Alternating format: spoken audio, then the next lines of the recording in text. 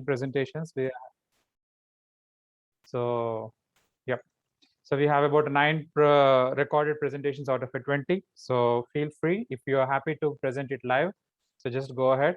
But please keep in mind, so the time period is about 3 minutes. So when you're presenting your poster live, make sure that you stop it in the 3 minutes. Okay.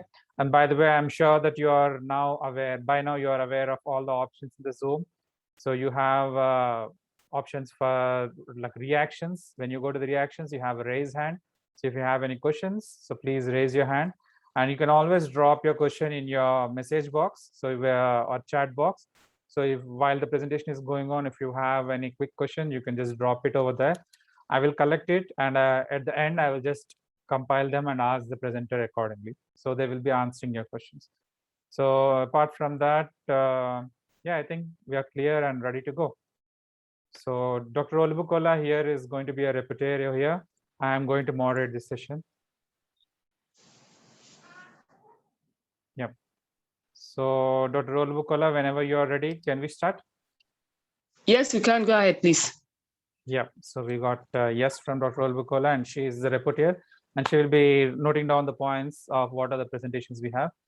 So we have about 20 presentations today, and the first one was Adegoke Adero. I will just spell out Adegoke Adetoro. So I think, is it over here? So I'll call out the name for 3 times. So if you are here, please say yes, and please respond me whether you want to present it live or else you have already submitted the pre-recorded one. Feel free to tell that. So the first one was the Adegoke Adetoro. So the presentation was physiochemical attributes, physiochemical properties, and antioxidant capacity of dried pomegranate arils as affected by the cultivar. So is he over here? He or she over here? No. No. So I'll go to the second one. So second one was Andrew. Andrew was about to present farmer to consumer ICT for AG integrated application. Andrew, is Andrew over here? Andrew, no again. Okay, so maybe they will just come back again. So I'll just call back. So once we are done with everyone. So next is a Bernard Munga. Yes, I am here. Yeah, hello Bernard. So what do you want to do? Like you want to present it live, or have you, I think you haven't submitted your live presentation, right? I mean, recorded presentation. No, I can present it live. So, okay, so that's great. So can I share? Yeah, sure. Whenever you're ready, please. Okay. Yes, is it showing? Yes, we can see it. Perfect. So please go ahead. Okay, yeah. Thank you. Yeah, so my topic is on reduction of post-harvest losses of African indigenous vegetables using low-cost technologies. So the case in question is Ethiopian mustard and spider plant. So we know that fresh fruits and vegetable losses are quite high in Africa. They're estimated to somewhere between 40 and 50%. And low or underutilized vegetables, most of them that are indigenous to Africa, fall in this category that we are calling African indigenous vegetables, or AIVs in short. So there are known technologies that some work has already been done. And one of the ones that we see is that temperature is quite critical in extending the shelf life of these products. So the approach that we tried to use was to have 3 scenarios where you expose these vegetables to direct sunlight, and there's a shade board, which is basically just under the shade, and the zero energy cooler. It's an evaporative cooler where you add water, and it helps to reduce the temperature. So in terms of temperature, we can see already that the zero energy cooler was quite low in temperature, and the vitamin C degradation was lower in this particular type of storage equipment.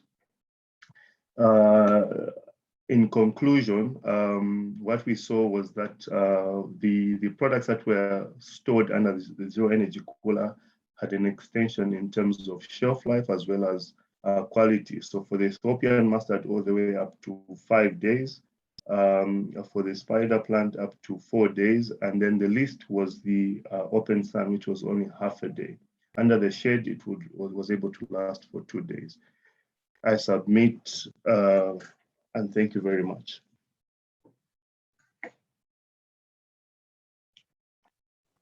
Thank you very much. And yeah, it was, you're just in the time. So everyone, please make sure that you have 3 minutes of presentation. So the next one is, thank you, Bernard.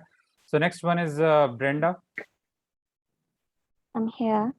Yeah, Can you Brenda. hear me? So yeah, we can hear you perfectly. So what do you want? Like, you want to present it live? Of course, you haven't submitted. I had a pre-recorded presentation. If I can just share my screen.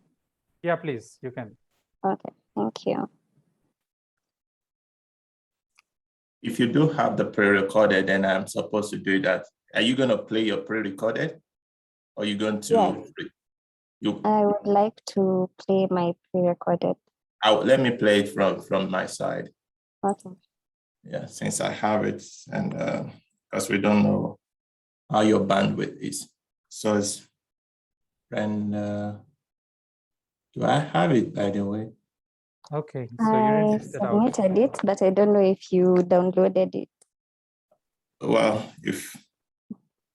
then I don't have it. Then you can play it from your side. Okay, thank you. I don't have it.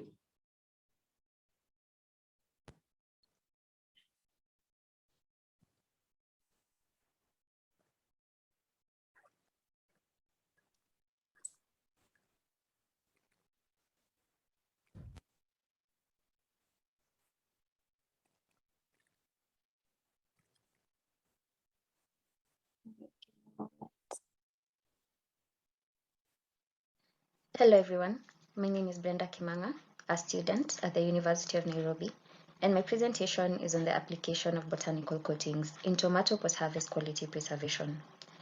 The tomato is a popular fruit that is widely consumed when fresh and has the potential to be a high-value crop in terms of turnover and margins. It, however, does not realize its full potential due to the high post-harvest losses which it incurs at the on-farm level, with the major cause of loss being rot and decay as shown in Figure 1. Suggested post-harvest management practices and strategies have seen a slow adoption rate by the smallholder farmer who lacks resources and economic ability, as they are found in the low-income and poverty areas. Botanicals such as the neem, moringa, and bitterleaf remain an unexploited post-harvest management strategy despite the fact that they are locally produced and easily available to the smallholder farmers. These botanicals have been shown to have a positive effect on the shelf life, quality, and overall appearance of the tomato fruit by acting as a barrier against water vapor and gases, hence providing a modified atmosphere. They have also been shown to have positive antifungal and antimicrobial properties and are safe to consume and biodegradable, making them environmentally friendly. The results show that as the storage period progresses, botanicals had a positive effect on the overall appearance and quality of the tomato fruit, although this may vary depending on variety and the temperature during storage periods. Tomatoes that were treated had farmer characteristics, had a higher lycopene, beta-carotene, and ascorbic acid content, with a slower decline in total soluble solids and total titratable acidity, as well as a slow rate of weight loss compared to the control tomatoes. These tomatoes also had a higher marketability value. As you can see in Figure 2, which shows the lycopene content during storage, tomatoes that have been treated with botanicals are represented by the blue color, while untreated tomatoes are represented by the red color. And as we can see, lycopene content was higher in the treated tomatoes as the storage period progressed. Coated fruits had a high shelf life of up to 35 days, and the extracts were also shown to be effective against Salmonella, E. coli, and Staphylococcus, amongst other bacteria, due to the presence of active antimicrobial compounds. In Figure 3, we have an ongoing research on the interaction effects between these botanicals and retail packaging technologies. On the left, we have tomatoes that have been treated with extracts, while on the right, tomatoes that have been treated with botanical powders. As we can see, tomatoes that have been treated with extracts show a positive interaction effect with retail packaging technologies, with the tomatoes having an improved overall quality and appearance. In conclusion, botanical coatings are cost-effective, have an easy-to-apply formulation, are safe to consume, and environmentally friendly. This makes them an effective post-harvest management strategy, as they are simple for the smallholder farmer to be able to adopt and have low costs. It is therefore recommended that they be tested alongside existing post-harvest management strategies and packaging technologies in order to see the effects. Thank you so much for your time. Thank you very much, Brenda. So that was again in the time. So next is Christine Masha. Christine Masha. So we don't have a Christine over here. So next is Elohor, Elohor, Elohor. I don't know how it's whether it's the right pronunciation. So Elohor is here. Elohor Udoro. No, Elohor Udoro is not here. So Emmanuel is he here? Is he or she here? No, but we do have a recording for the Emmanuel, right, Dr. Ola? Yes, we do. Yeah, maybe we can. Yeah, that would be great. Okay.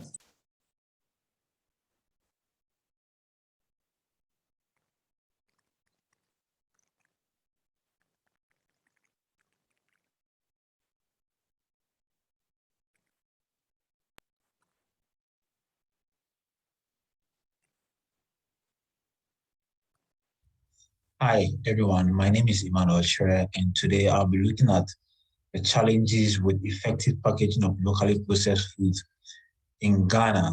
This paper will examine the challenges with packaging of locally processed material with the increase of urbanization and the middle class coming to most of the cities. The demand for packaging material or locally processed foods in raw packaged material are in a very high demand. In trying to answer this question, to look at the effectiveness of these packaging material, we use an online tool survey called Patrick Survey. We use online material called Patrick Survey to administer questionnaire to about 300 different stakeholders, which comprise of retailers, consumers, and manufacturers. Our survey covered the cost appropriateness of packaging material. We also looked at the quality of packaging material, the capability and capacity of these local manufacturing companies. About the majority of our respondents were from the retail part, majority were from the consumer part and the retail part as well. We also look at the manufacturing bit. In trying to analyze our data, we realized that most of these packaging material being used to process agricultural food or to package agricultural food are from the PVC and polyethylene, with minority coming from the metal and paper and cardboard. In trying to understand the perception by the medium and small scale company as well as the retailers on the quality of locally processed plastic material, we realized that cost of packaging is a major challenge for these companies. As well, we try to see consumer perception and rating of plastic used in packaging food in Ghana. We realized that most of the consumers did not have faith in this plastic material because they think it might one way or the other affect the nutritional composition of the food product. In doing so, we proved further to look at the perception of challenges by companies producing these packaging materials in Ghana. The companies also came out that lack of equipment, quality equipment in packaging their food product, as well as the lack of automated and modern machinery in making this packaging, which also ranked very high in their challenges. Also, competition from imported packaging materials. from developed countries such as China as well. In conclusion, we realized that the key areas of challenges in packaging of agricultural produce has to do with availability of improved plastic and problems with the capping as well as labeling. We also realized that local packaging companies in Ghana have challenges with lack of appropriate and new machinery that will help them in trying to put together this packaging. The cost of canning is also a major issue. And one of the most important key issues that we realized was the plastic waste on the environmental or on the environment is a major or is of a major concern, and possible effects on climate change is also worrying. Thank you.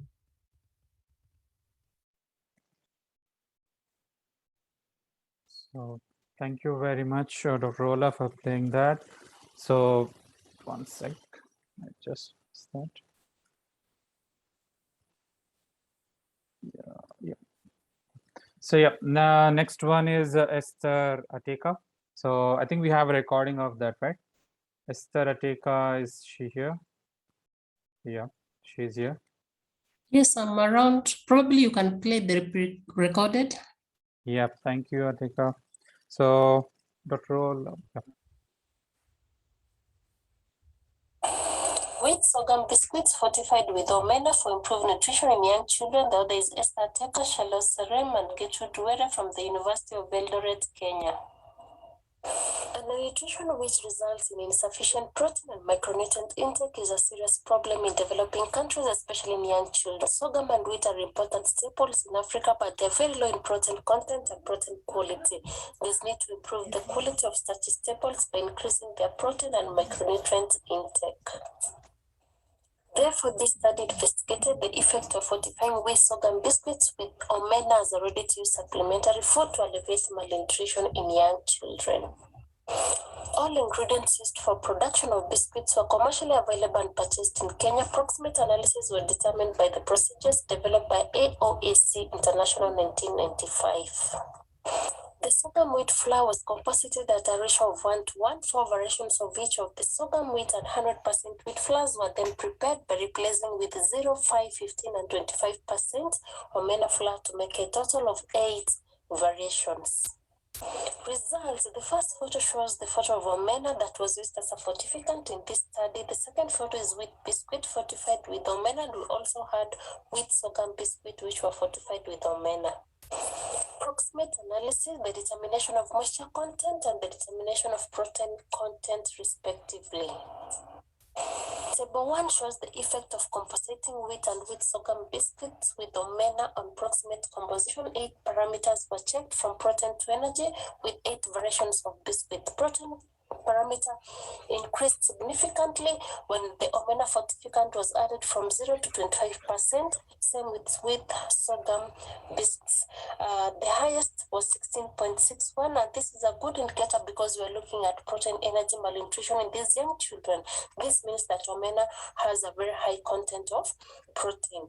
Ash content also increased significantly to 3.11, and the increase of ash content in omena is because it is a bone material which is likely to be calcium phosphates. Energy also increased significantly to 2135.93, and this is a good indication because remember we are looking at these biscuits as a supplementary food to these young children. So when this has a lot of energy, these young kids are going to get a lot of energy that is required for their growth as young children. Table 2 shows the effect of compositing wheat and wheat sorghum with omena and mineral composition of biscuits. 4 minerals were tested: iron, zinc, calcium, and potassium for the 8 variations of this biscuit for wheat and wheat sorghum. Iron significantly increased to 16.98 for wheat sorghum biscuits, and this is very important for young children because iron, as we all know, is a principal ingredient of red blood cells. Calcium also increased to 151.32. For this calcium mineral is very important for young children because they need it for bone development, bone and teeth development all together. In conclusion, fortifying wheat sorghum flour with omena significantly improves the nutrient content of biscuits, hence necessary for preventing protein energy malnutrition and as a ready-to-use supplementary food in young children.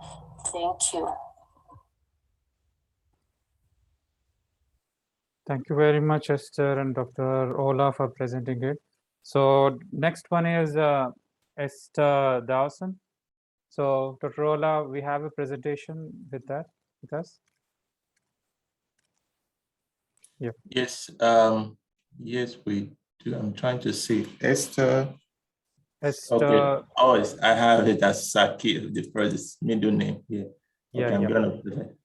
Please.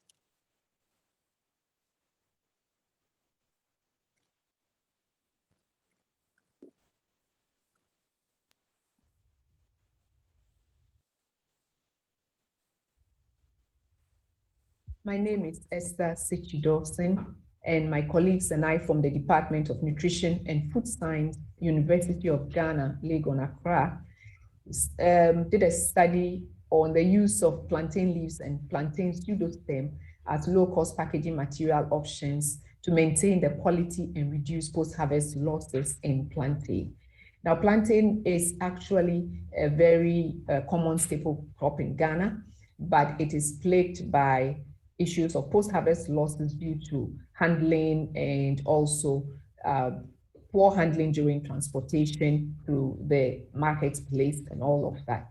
And so this study investigated the finding affordable packaging treatments which can be applied during transportation, handling, or storage to help extend the shelf life and maintain quality of plantain on the market.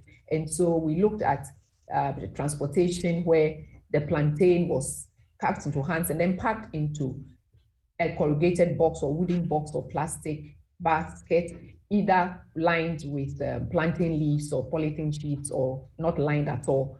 And then there was a control that was just the bunches that were packed together and loaded onto a van to transport to the lab.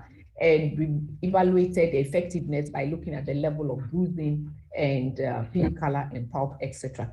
Now, the storage study looked at the shredded pseudostem, packing plantain, green plantain in the pseudostem, shredded pseudostem and in potassium permanganate only, or shredded pseudostem and potassium permanganate, and also having a control which was just packed in a paper box. And we monitored changes in starch and reducing sugar and total soluble solids to monitor the rate of ripening. And what we found was that indeed packaging in the corrugated paper boxes or wooden boxes or plastic containers which were lined with the plantain leaves or polythene sheet were actually effective in reducing the bruising. The paper boxes and the plastic containers were actually better than the wooden box. For the storage study, extending shelf life using the plantain pseudostem really extended the green life of the plantain. And also, but when the pseudostem was potassium permanganate was added to the pseudostem, what we found was that it actually hastened the ripening of that. So we want to conclude by saying that indeed materials we could otherwise be thrown away, like the plantain leaves and the pseudostem, are viable options that could be used to help in packaging plantain during transit or for storage to increase the shelf life and also to maintain the quality of the shelf of the plantain. Thank you for listening to me. Thank you very much, Esther. And so next is Francis Emoa. So Francis Emoa, I think he's here. So you want your recording to be presented, or you wanted to do it live? I can do it live, please. Yeah, but please make sure that you do it in 3 minutes, okay? Okay. Yep, please.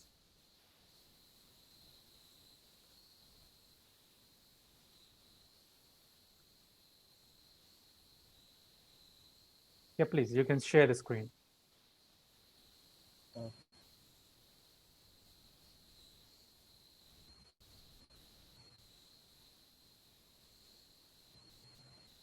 Please, can you see? No, not yet.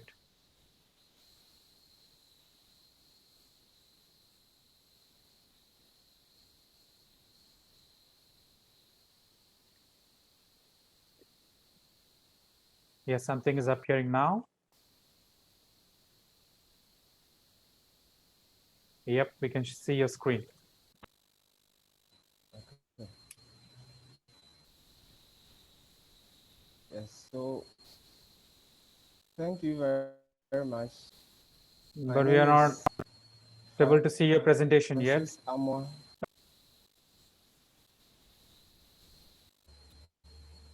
We are not able to see your poster Can you see yet. now, please? No, not yet.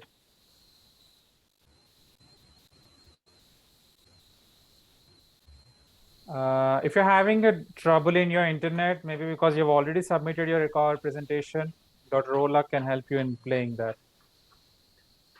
Okay, that's okay. Yeah, you fine with it?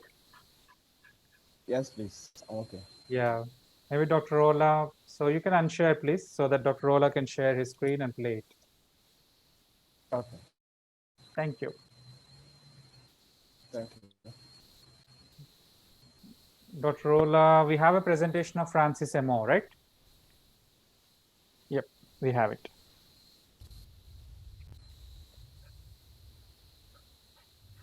Thank you. My name is Francis Amwa, presenting on the need for adoption of improved technologies to address challenges in small-scale cassava processing in Ghana. Small-scale cassava processors dominate the sector. However, they depend on traditional methods of processing. These methods, however, rely on manual labor, which is usually slow, costly, and sometimes unavailable. This study therefore sought to assess the need for adoption of improved technologies to address challenges in small-scale cassava processing into a local staple called Gari. By way of method, Gari processors in the Ashanti and Bono East regions were involved in the study, and 4 focus group discussions were organized in these regions. Also, an experimental determination of cassava flesh loss due to manual peeling was undertaken. From the study, it was discovered that the main technologies used by these small-scale cassava processors are the mechanical cassava grating and the screw press. All other processes like peeling, washing, sifting, and roasting were done manually. Again, some of the challenges encountered by these small-scale Gari processors were unavailability of labor for peeling and challenges with respect to manual roasting of Gari. Also, the manual peeling of cassava, as shown in Figure 1, was identified as the main source of post-harvest loss during Gari processing, and it was identified that about 13.9% of cassava flesh is lost due to manual peeling. Again, manual peeling was identified as the operation that requires the highest number of people during small-scale processing of Gari. The study identified that the main areas that require technological interventions are peeling and roasting. It is therefore recommended that an efficient mechanical peeler and existing methods of improved roasting be developed and used by these processors. In conclusion, Gari processors in the study area mainly use the mechanical cassava grating and the screw press as the main technological interventions, and investment into mechanical cassava peeling and improved roasting of Gari will boost small-scale processing of Gari. Thank you. Thank you. Thank you very much, Francis. The next one is Frank. So Frank is here. So Frank, if you have a good internet connection and if you want to present by live, so please. Frank Sangija. So Frank Sangija is here, right?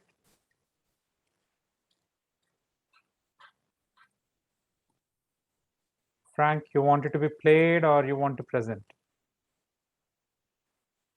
Okay, I'm not getting a response from Frank. Maybe Dr. Ola, we can just present it. Yep, thank you. Hi, my name is Frank Sangija. I'm going to present the effect of lactic acid fermentation on nutritional and anti-nutritional compound in Africa nightshade.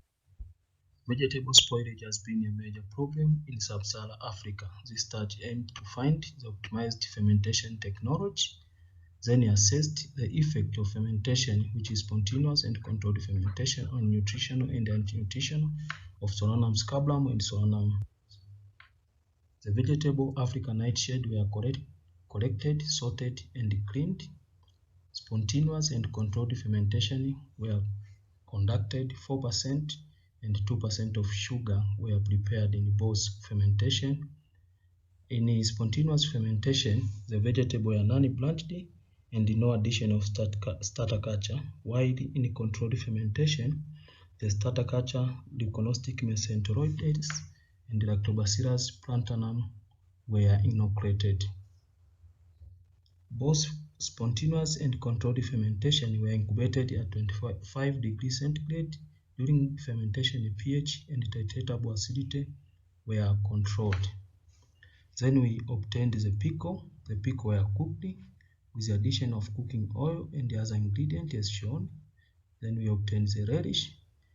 Both relish and pickle were analyzed for vitamin C, beta carotene, phenol, minerals, tannin, oxalate, and chlorophyll. Shows that spontaneous and controlled fermentation significantly increased beta carotene, while Solanum villosum has the highest beta carotene for both pickle and relish. When we look on the vitamin C content, spontaneous and controlled fermentation also significantly reduced the vitamin C for both Solanum scabrum and the Solanum. When we go to the anti-nutritional, fermentation significantly reduced tannin content, as seen in the graph. Also for oxalate content, fermentation also significantly reduced oxalate content. In conclusion, fermentation resulted to long-keeping relish, pH reduction, and increase of titratable acidity were observed. Fermentation significantly reduced tannin and oxalate content. We can conclude that fermentation is a good source of beta carotene, as we have observed, which has significantly increased. Spontaneous fermentation can be recommended to small-scale farmers to improve their nutritional and livelihood. There's a picture of packaged relish for both controlled and spontaneous fermentation. Thank you for the listening. Thank you very much, Ola. And the next one is Franklin Mabe. Franklin Mabe is here. No, I don't see here. So the next one is Funmilayo. I don't know whether I'm pronouncing it right. Funmilayo, Funmilayo Mary. Funmilayo Mary. No, I don't find it in the list too. So the next one is Gemechu Gelata. So Gemechu, I don't think we have a recording too. So Gemechu Gelata, are you here? Gemechu? No. And the next is George. So we have two recordings of George. So maybe George is here. George Obeng. No. Maybe Dr. Ola, we can just present it. We have two presentations from George. Hi, welcome to this presentation on application of an analytical hierarchy process in the selection of a storage bag for shea nut storage in Ghana. My name is George Obinya Krofi, and I'll be presenting this research poster. Shea nuts is an oil-bearing crop that is of African origin, and at the rural production level, it is faced with a lot of storage problems. However, hermetic storage has proven to be a viable option for the adequate storage of shea nuts. But the question is, do we have everything it takes to vouch for its adoption at the rural level? So what did we do? In our method of study, we applied the analytical hierarchy process, which considered three main criteria. That's the technical performance, the non-technical performance, and economic performance of three different storage bags. That's the hermetic bag technology, jute sack, and polypropylene. In their analysis of the results, it was found out that when it comes to the efficient criteria for the selection of a bag system, insect and mold infestation was one which had high significance influence. This is because insect and mold infestation plays a major role in both the qualitative and quantitative loss in value of the shea nuts. However, it was found out that the ease of use played the least influence on the selection due to the physical orientation of all these bag units. In further studies, this study also showed that the hermetic bag technology proved to be a viable option for adoption in rural Ghana for a means of storing shea nuts. Further study will seek to undertake extensive economic analysis of these storage units, which will seek to know the returns from these nuts and the cost benefits of utilizing these storage units. Thank you for your attention. Kindly get in touch with us or follow us through our consortium website by using the QR code found here. Thank you very much. Thank you very much, Dr. Ola. Maybe we can play the second one too.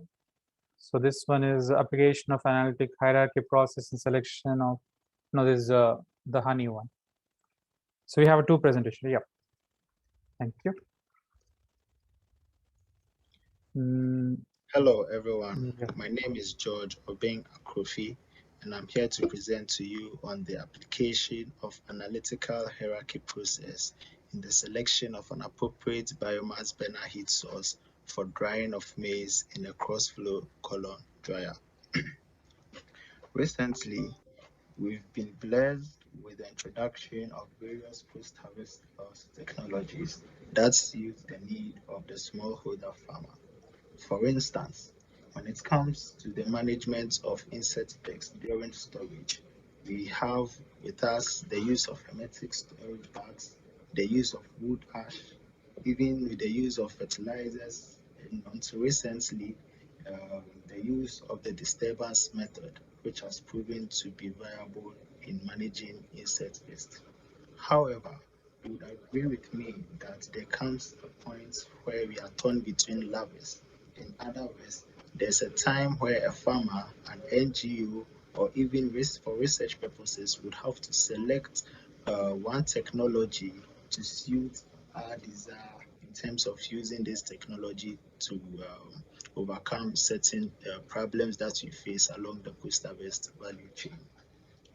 This brings us to our study, which we use the analytical hierarchy process, which is a multi-criterion decision method, to select a biomass burner to be used as part of a low-cost drying system to dry maize or corn in Ghana. As part of its process, the analytical hierarchy process, also known as the AHP, allows the user to select a specific alternative, be it different drying methods, be it different storage methods, or even in our case, different biomass burners based on certain criteria. So for instance, in our study, we considered some criteria that would be viable in the selection of a biomass burner, such as the burner efficiency, the ease of use, cost of manufacture, and so on and so forth, as presented in Figure 2.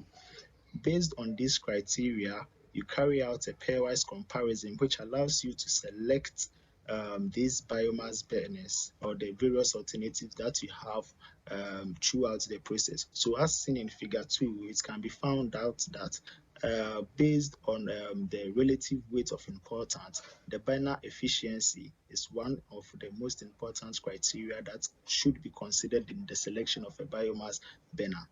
Moving on in that regard, it is seen that in Figure 3, following through the process of the AHP method, alternative 1 which is the portable biomass burner, also known as the KNUST-ABE biomass burner, was selected as the best alternative due to its priority value of 0.767 out of 1. The further question that may pop up will be, so what?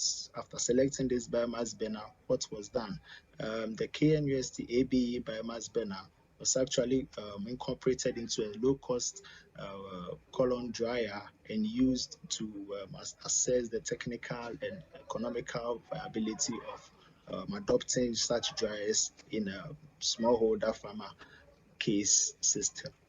Further studies or further research that was done could be assessed using the QPR code, which if you scan your phone's camera through, you'll be able to know what was done in that study. Thank you very much for listening to me.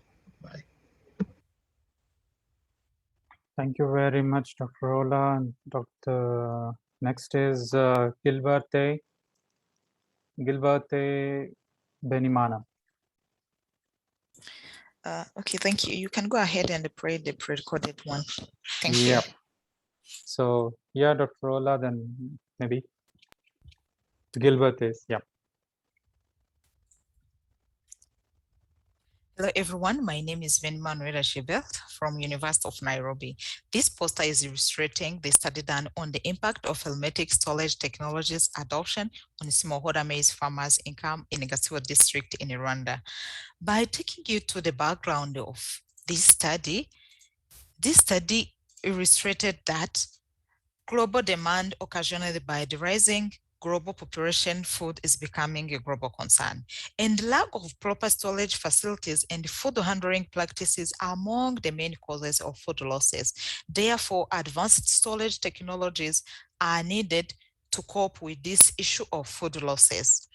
That's why this study is focusing on assessing the factors influencing smallholder maize farmers' decision to adopt advanced storage technologies. In this case, we are looking at hermetic storage technologies and also assessing the impact of hermetic storage technology adoption on smallholder maize farmers' income in Gatsibo district.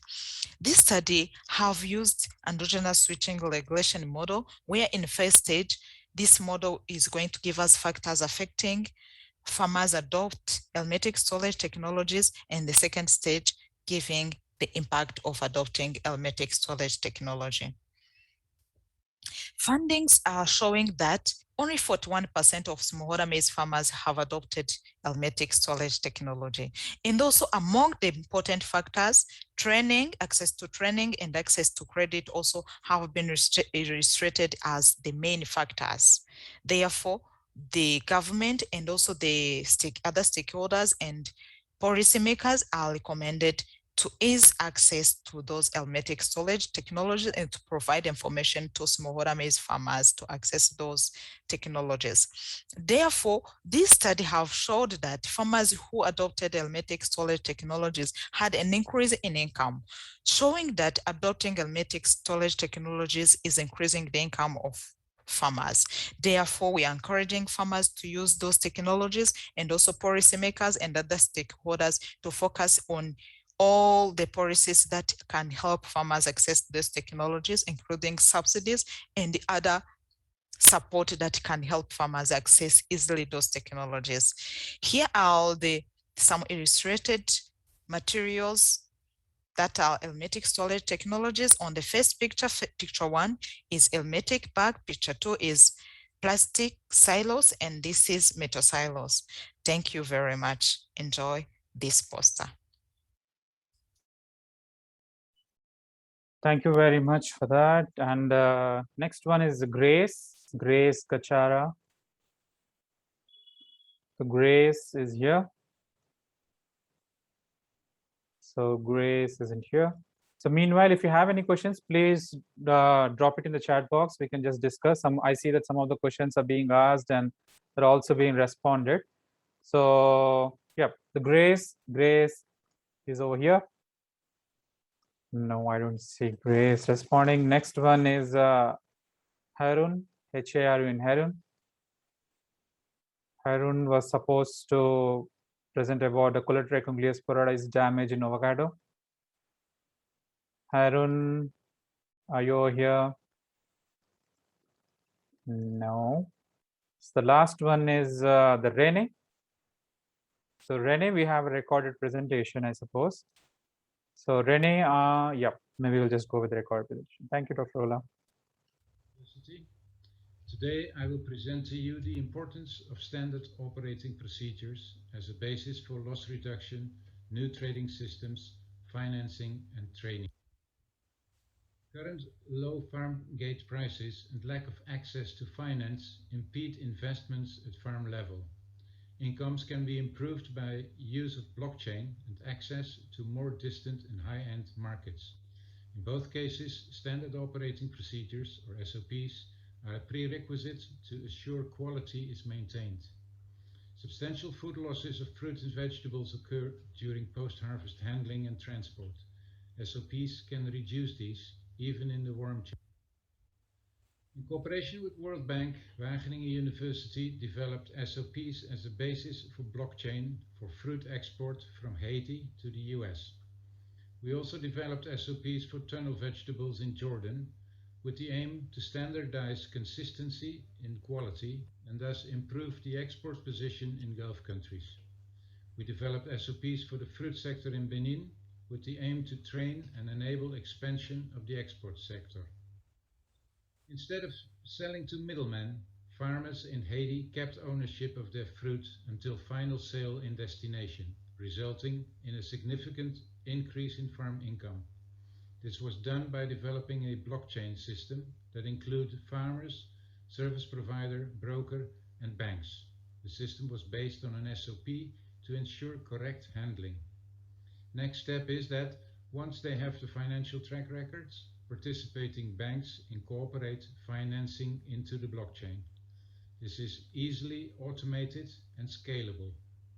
In Jordan, individual farmers need high-end export markets for reasonable prices and perspective. However, these markets require consistency in supply and quality. This means that individual farmers need to sort, grade, pack, and handle their vegetables in a standardized way, harvest at the same maturity stage, and cool within fixed time limits.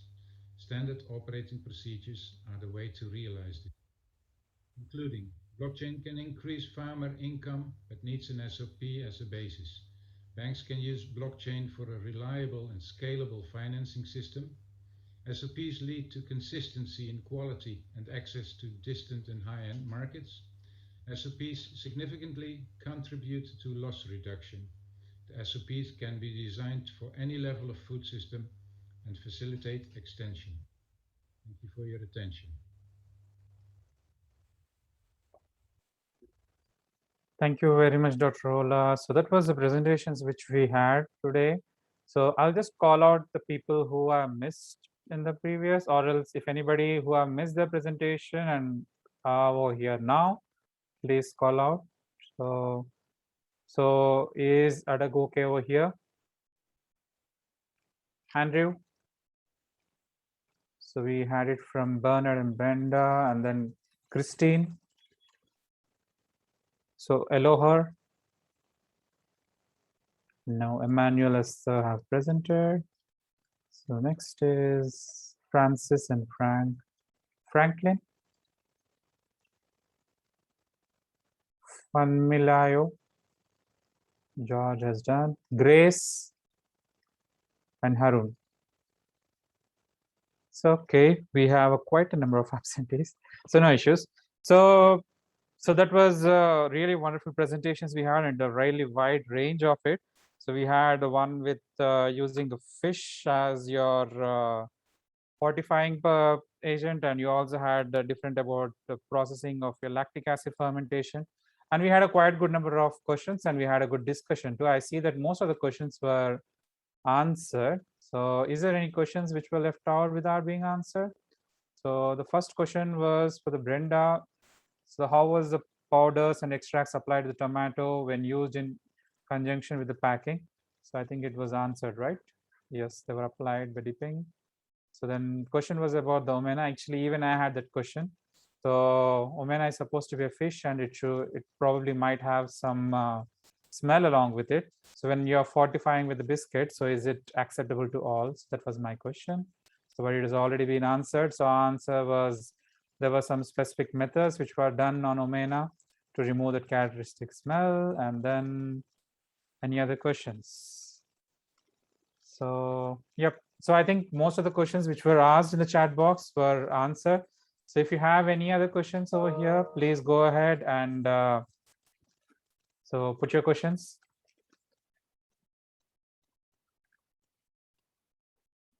If I may go ahead, I have a question for Brenda. Yeah, please.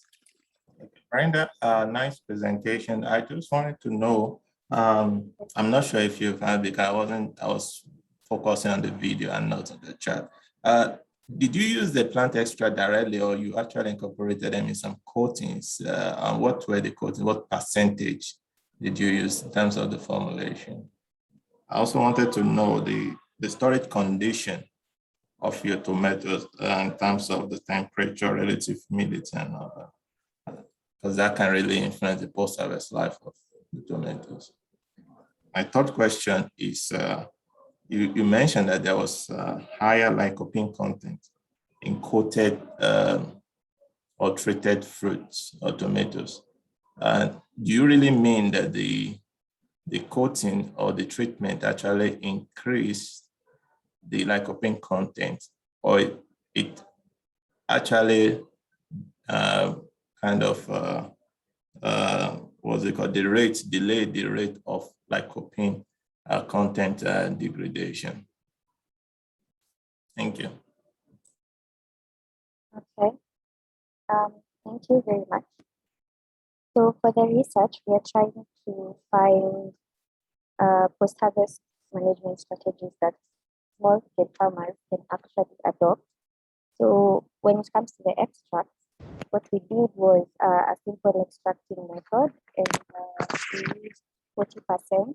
We diluted it to 40% of the extract. Also, storage conditions, we tested normal temperature, environmental temperatures, because most of the small-scale farmers do not regulate their storage, and then we use the cool bot to regulate the temperature and relative humidity to cover refrigeration, low storage conditions, low temperature storage, sorry. So we use those two. We vary between room temperature and low temperature storage. And finally, your third question was on, sorry, kindly remind me the third question. The last question was about lycopene content. Oh, yes. So the coatings are not the reason why the lycopene content was higher. It's just because they provide a modified atmosphere storage, so they reduce, they prevent the lycopene from being, respiration rate, sorry. So the lycopene content, when we're testing the tomatoes for the similar days of storage in the coated and uncoated, the uncoated tomatoes showed a lower lycopene content compared to the coated tomatoes. So those are the results that we got. Have I answered all your questions? Yes, I'm satisfied. Thank you very much. Thank you.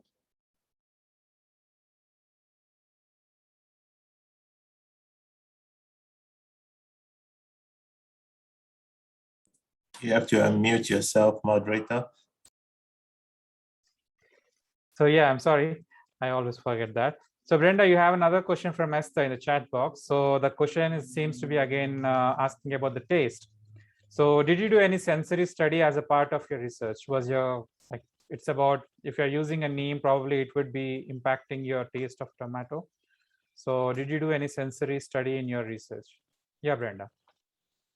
So we did not do sensory studies in terms of taste, but from the literature that we got with the review, it shows that these botanicals do not impact flavor into the tomatoes. They do not seem to seep into the tomatoes during the storage period. So for us, what we did was, since we were varying the coating and powders, and they seem to have an effect on the quality of tomato in terms of appearance, we just did a consumer acceptability test in terms of how the tomatoes look. which was what was being impacted. So that was the answer, Esther. So Esther, I had a question for you. So Esther Dawson. So so it was like you were dealing with the lining using the plantain, polythene, and all things.